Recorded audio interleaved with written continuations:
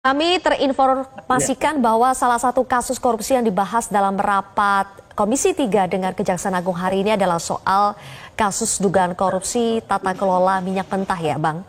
Nah dari penjelasan Jampitsus, apakah Komisi 3 DPR teryakinkan bahwa betul ada kerugian negara sebesar 193,7 T dalam setahun dan hampir 1000 T selama 5 tahun dalam kasus tata kelola minyak di Pertamina Subholding Bang? Ya, memang terima kasih Mbak Jilbia. Memang tadi di dalam pembahasan kita bukan hanya membahas soal Pertamina.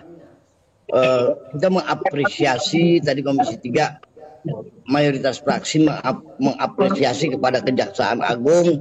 Yang pertama bisa mengungkap kasus timah. Yang kedua beberapa kasus besar, termasuk di dalamnya yaitu Pertamina. Dalam pertemuan tadi kita minta kepada Kejaksaan Agung terutama kepada Jampitsus untuk lebih, bukan hanya 9 orang ini aja misalnya. Tadi ada usulan dari fraksi PKB, dari ketua fraksi PKB, bukan hanya 9 orang aja. Mungkin dilihat semua di atas ini ada atau tidak. Atau hanya 9 orang ini hanya pion-pionnya saja. Mungkin dalang ini siapa sebenarnya? Itu yang diminta tadi, diantaranya yang diminta oleh Komisi 3 supaya Kejaksaan Agung, Jampitsus dalam hal ini terus terang mengungkapkan apa adanya. Oke. Kemudian terkait dengan angka kerugian yang disampaikan oleh Kejaksaan Agung dalam kasus tata kelola minyak mentah ini, Bang Hasbi, apakah ada pertanyaan dari Komisi 3 yang mempertanyakan angka itu muncul dari mana dan benarkah bisa mencapai 1000 T?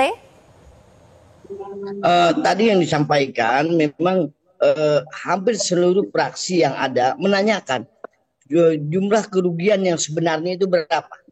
Mungkin yang tadi ada diungkapkan ada 134 triliun, ada sekitar 24 triliun. Dan ini terus masih bertambah, Mbak. Terus masih bertambah. Kalau tadi dilihat dari ekspor impor minyak misalnya, ada korupsi di situ untuk pengangkutannya, itu mungkin terus bertambah. Kerugian dari 2018 sampai 2023. Terus karena ini kan masih penyelidikan. Berarti ada kemungkinan nilai kerugian negara terus bertambah dan tersangka juga kemungkinan akan bertambah ya Bang?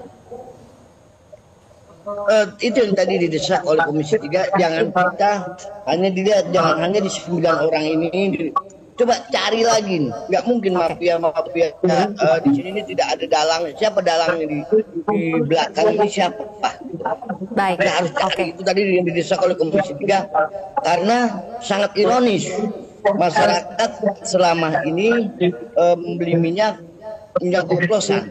Dan yang kedua tadi Komisi 3 meminta hampir seluruh fraksi meminta memastikan bahwa minyak yang hari ini dijual, yang terdistribusi kepada masyarakat bukan oplosan lagi. Dan itu tadi sudah dipastikan oleh Kepala Jampitsus. Oke, baik. Beralih ke Mas Boyamin. Mas Boyamin, semakin banyak kasus korupsi yang terungkap, kita sebagai masyarakat tentunya melihatnya semakin bagus. Tapi juga semakin membuat Presiden dan kita semua geram. Nah, apakah sebetulnya aparat penegak hukum itu gas terus saja membongkar berbagai kasus mega korupsi meskipun mungkin akan dicap bahwa ini kok di awal pemerintahan banyak sekali ya kasus korupsinya ya. Tapi apakah APH jalan terus saja untuk membongkar berbagai kasus korupsi? Ya tetap, tapi kewajiban Pak Prabowo bukan di situ. Kalau penegak hukum sudah diberi kebebasan itu, saya yakin mereka akan mampu. Dan itu 5 tahun terakhir Kejaksaan Agung itu kan mampu membongkar Jiwasraya. Padahal itu kan penggorengan saham, terus Asabri, minyak goreng langka mahal itu kan hanya penyelundupan tapi jadi korupsi.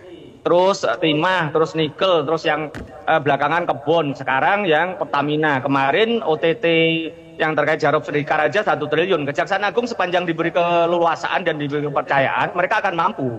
Dan itu tinggal mengawal aja. Tapi kewajiban Presiden adalah segera mengesahkan undang-undang perampasan aset. Itu yang harus diingat itu.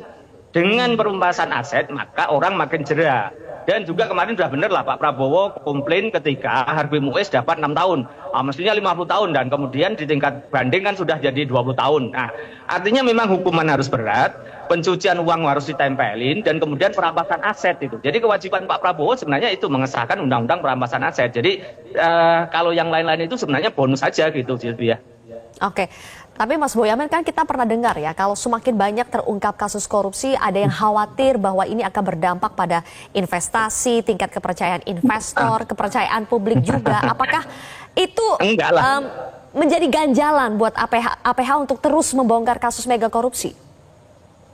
Enggak, buktinya ketika Jiwasraya dan Asabri itu diproses, saham kita malah jadi sehat gitu kan, bursa saham kita. Nah, nanti kalau Pertamina ini diproses hukum dengan tegas keras, maka orang investasi minyak bumi di Indonesia malah seneng.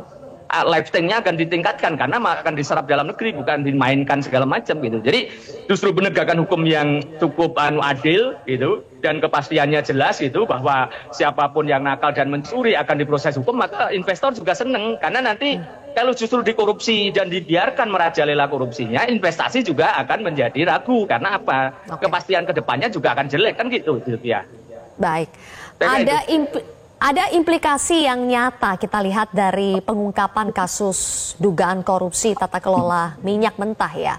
Salah satunya adalah bagaimana masyarakat jadi ragu untuk membeli Pertamax. Nah, Bang Hasbi, apakah dalam rapat tadi dengan Jampitsus sudah clear, sudah jelas sekali bahwa yang namanya pengoplosan BBM RON 90 atau Pertalite menjadi BBM dengan RON 92 atau Pertamax itu hanya terjadi di kurun waktu 2018 sampai 2023. Kalau sekarang dicari tidak ada lagi. Apakah itu sudah jelas pada saat rapat tadi? Tadi di dalam rapat itu disampaikan secara gamblang oleh Jampitsus, semuanya disampaikan. Bagaimana cara mereka itu korupsi, kerugian negara di mana semua disampaikan dengan sampai impor minyak dari luar itu bagaimana masuk, semua secara detail disampaikan. Nah, tadi sudah dipastikan bahwa untuk BBM untuk saat ini yaitu dalam keadaan aman, sudah tidak ada lagi pengoplosan dan saya yakin sudah aman, insya Allah sudah aman karena kita cuman DPR tadi minta, Komisi 3 minta supaya lebih tegas lagi Jampitsus ini siapapun disikat, tidak ada boleh, nggak usah takut, tidak ada toleransi karena ini sangat merugikan masyarakat karena kita malu. Hari ini diakui tadi di dalam rapat Komisi 3 itu disampaikan ada beberapa sahabat yang berbicara itu kita malu dengan negara tetangga misalnya Malaysia. Kenapa Malaysia Petronas bisa untung dan bisa maju?